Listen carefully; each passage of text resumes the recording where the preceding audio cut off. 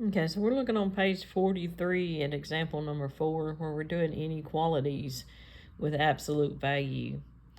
And so if you notice in this, it says that this absolute value of 2x minus 1 is going to be between a -5 and a 5.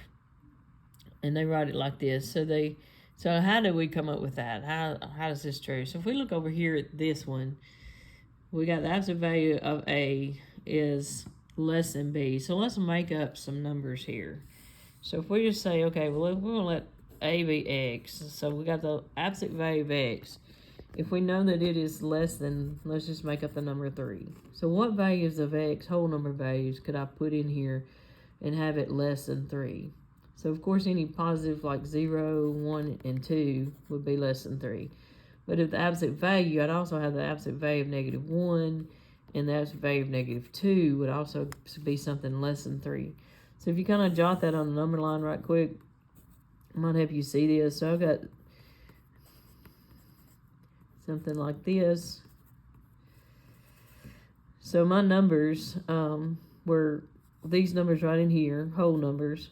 And so if we, include things that aren't whole numbers, I can get up almost to the 3. So my graph was like this. And you remember this was kind of like those and things. So I could rewrite this as this. So x is between these two. So I could rewrite this as x is less than 3, but it's greater than a -3. And I've got this compound inequality. And if you split this up, of course, this side says x is less than 3. But this side over here, if you flip it around, it says x is greater than -3. So this is why in inequalities, so if we got this inequality, and in this example we have 2x minus 1 is less than 5, we're going to write two inequalities like we did with the equal sign here, dropping that absolute value bar. We're going to write that one just like it was, but over here, we're going to make this side negative, but we're also going to flip my symbol around and turn this less than into a greater than -5. And then I solve these two again to get my two answers. Okay, so then if we look at problem 5, what if it's not less than, it's greater than, and, either one of these could have the equal beside it. Well, this time, I'm still going to do the same thing, okay? I'm still going to set one of these absolute value equations equal to the positive of that, leaving the symbol the same, so it's greater than, equal to 6, but then when I make it negative, I'm going to flip my symbol around.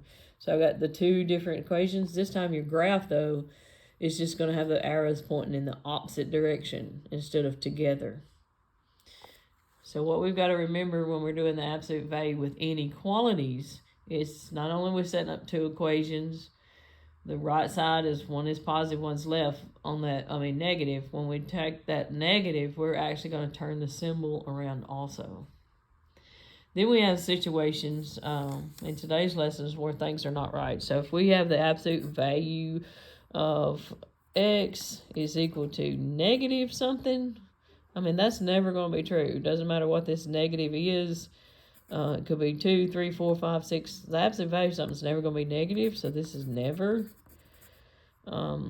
There's instances, I guess, that they're just not any good. They're not even ever going to work.